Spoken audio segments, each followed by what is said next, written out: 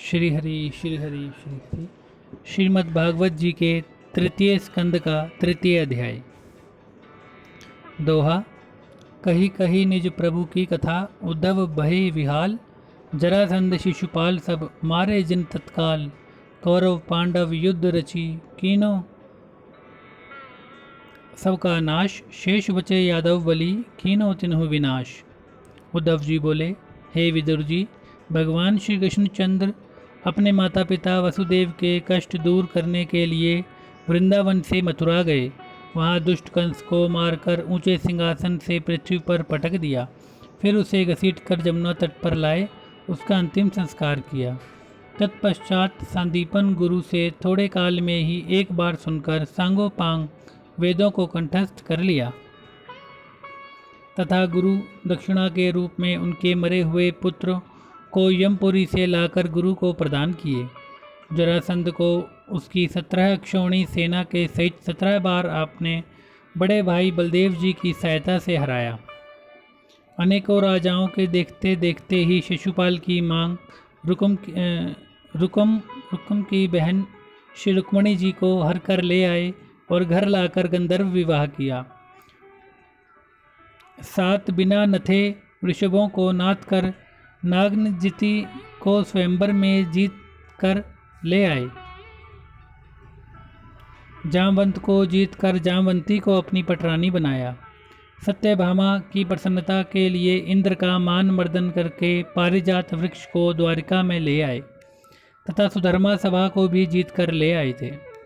उन्होंने भौमासुर को मारकर 16 सहस्त्र 100 कन्याओं के धर्म की रक्षा हेतु उन्हें अपनी रानी बनाया।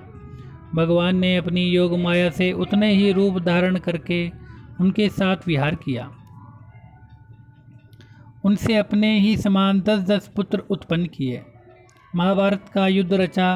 बिना अस्त्र ग्रहण किए ही अर्जुन के द्वारा 18 अक्षौणी सेना का संहार करा डाला।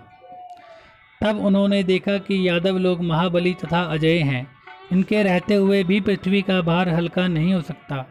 तब ब्राह्मण द्वारा श्राप दिलाकर गांधारी के शाप को पूरा करने के लिए उन्हें परस्पर लड़वा कर मरवा डाला। वे स्वयं अपने आप ही नाश को प्राप्त हो गए। वे द्वारकापुरी में रहते हुए लोक मर्यादा तथा धर्म का पालन करते थे। सांख्य योग में सदा स्थिति रहते थे, इसलिए कर्म करते हुए भी भोगों में उनकी आसक्ति नहीं थी। हे विदुर जी, एक दिन कुछ यदुवंशी बालकों ने हंसी में दुर्वासा ऋषि को चिढ़ा दिया तथा उन मुनीश्वर ने यदुवंश के नाश होने का श्राप दे दिया। इसके कुछ दिनों बाद सभी यदुवंशी पर्व के दिन अपने अपने रथों पर चढ़कर प्रभास क्षेत्र में आए और वहां अनेक प्रकार के गो, धन, रत्न, पृथ्वी आदि ब्राह्मणों को देकर वहां स्नान किया और ब्राह्मणों को मस्तक टेक कर उनके चरणों में प्रणाम किया। इति तृतीय अध्याय। चतुर्थ अध्याय आरंभ। दोहा। यादव कुल का नाश सुन तजी विदुर जग आस, दुखी होए मन में चले मैत्रेय जी के पास। उद्धव जी बोले, तब संपूर्ण यादवों ने ब्राह्मणों की आज्ञा से भोजन किया और अति नशीली मदिरा पीकर मतवाले हो गए। परस्पर गाली देने लगे तथा एक दूसरे को मारने लगे। अपनी माया से रचे हुए उस चरित्र को देख देख कर भगवान श्री कृष्ण माँ सरस्वती में आचमन कर एक पीपल के वृक्ष के नीचे चुपचाप बैठ गए। भगवान श्री कृष्ण ने इस घटना के प्रथम ही मुझसे कह दिया कि उद्धव, तुम बदरिका आश्रम चले जाओ। मैं उसी क्षण उनका मतलब समझ गया, किंतु मुझे उनका वियोग असहन था, इसलिए मैं भी उनके पीछे पीछे प्रभास क्षेत्र को चला आया। मैंने वहाँ जगत के आश्रय भगवान श्री कृष्णचंद्र को दिव्य विग्रह से युक्त अकेले ही सरस्वती जी के तट पर पीपल के वृक्ष के नीचे पेड़ से पीठ लगाए बैठे देखा। उनका दाहिना चरण बाएं जंघा पर रखा था। वे संपूर्ण भोगों से मुक्त थे। उनकी शोभा अवर्णनीय थी। दैववश वहाँ मैत्रेय जी भी आ पहुँचे। तब अपने परम भक्त मैत्रेय जी के सम्मुख ही उन्होंने मुझे उपदेश दिया। श्री हरि बोले, हे उद्धव, मैं तुम्हारे हृदय की बात जानता हूँ, अतः मैं तुम्हें वह साधना का उपदेश करता हूँ जो अति गोपनीय है। हे उद्धव, तुम पहले जन्म में वसु थे। तुमने मेरी प्राप्ति के लिए आराधना की थी। अब मैं नित्य धाम को जाना चाहता हूँ। अतः तुमने इस समय एकांत में मेरे उस परम ब्रह्म स्वरूप के दर्शन प्राप्त किए हैं। हे उद्धव, अब तुम्हारा यह अंतिम जन्म है। तुम अब इस जीवन मरण के चक्र में ना रहोगे, क्योंकि तुमने मेरी कृपा प्राप्त कर ली है। जो उत्तम उपदेश मैंने सृष्टि के आदि में कमल पर बैठे हुए ब्रह्मा को दिया था, वह भागवत उपदेश मैं तुम्हें देता हूँ, तो उसे तुम ग्रहण करो। हे विदुर जी, भगवान के ऐसे मधुर तथा रस भरे वचन सुनकर मुझे अति आनंद प्राप्त हुआ। मेरी वाणी रुंध गई, नेत्रों से प्रेमाश्रु बहने लगे।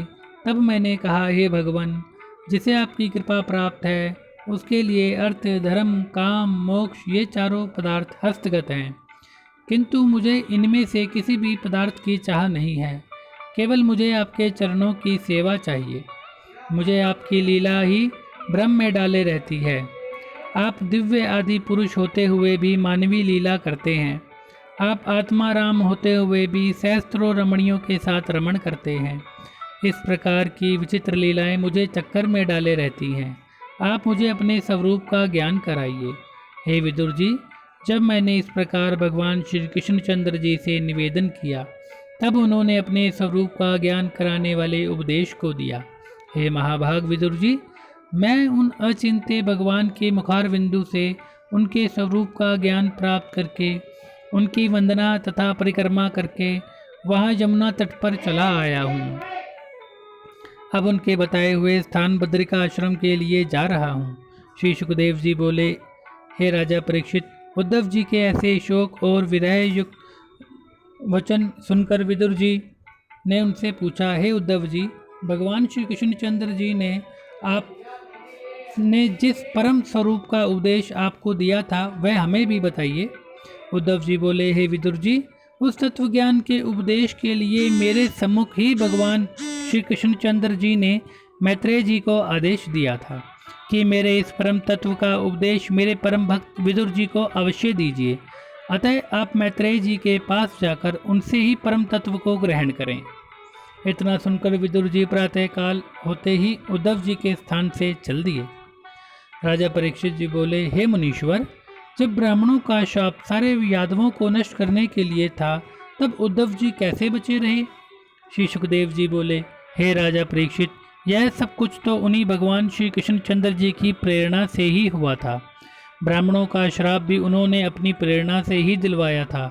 जब वे अपने श्री विग्रह को समेटकर अपने नित्य धाम को जाने लगे, तब उन्होंने सोचा कि मेरे चले जाने पर मेरी लीलाओं का वर्णन तथा धर्म का विस्तार कम हो जाएगा। अतः उद्धव जी को अपना अनन्य भक्त और लीला विस्तार करने वाले समझकर उन्हें वहीं छोड़ दिया और बद्रिका आश्रम जाने की आज्ञा दी। जब विदुर जी ने उद्धव जी के मुख से भगवान के परम धाम जाने की कथा सुनी और यह भी सुना कि उन्होंने मुझे भी स्मरण किया था, तब विदुर जी उनके प्रेम में लीन होकर प्रेमाश्रु बहाने लगे। तत्पश्चात वहाँ से चलकर मैत्रेय जी के आश्रम गंगा तट पर आए। इति श्री चतुर्थ अध्याय संपन्न।